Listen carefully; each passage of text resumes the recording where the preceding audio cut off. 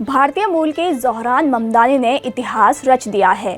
जी हां, ममदानी ने अमेरिका के सबसे बड़े शहर न्यूयॉर्क के मेयर पद की दौड़ में जीत हासिल कर ली है।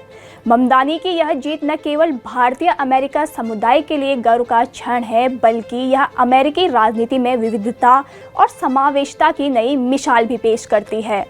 ज़ोहरान ममदानी लंबे समय से न्यूयॉर्क की राजनीति में सक्रिय रहे हैं। वह एक प्रगतिशील नेता माने जाते हैं और आम लोगों के मुद्दों को मुखरता से उठाने के लिए जाने जाते हैं। मूल रूप से भारतीय परिवार से ताल्लुक़ रखने वाले ममदानी का जन्म युगांडा में हुआ और बाद में उनका परिवार अमेरिका आकर बस गया।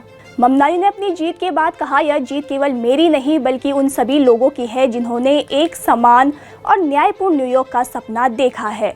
उन्होंने शिक्षा, आवास, सामाजिक न्याय और जलवायु परिवर्तन को अपनी प्राथमिकताओं में शामिल करने का वादा किया है।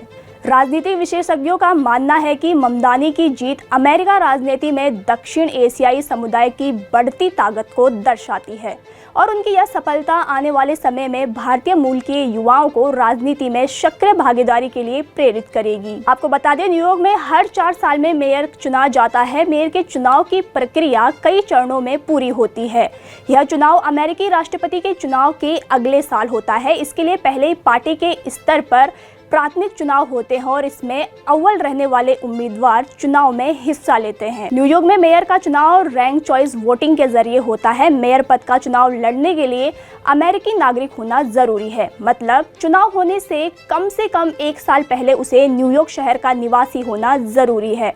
इसके अलावा मजबूत राजनीतिक पृष्ठभूमि, सार्वजनिक गतिविधियों में सक्रियता, चुनाव के लिए धन जुटाने की क्षमता के आधार पर पार्टियां अपने उम्मीदवार का चयन करती हैं। धन्यवाद। आप देख रहे हैं चैनल 24x7 डिजिटल और आपके साथ मैं सिमरन बिंजोला।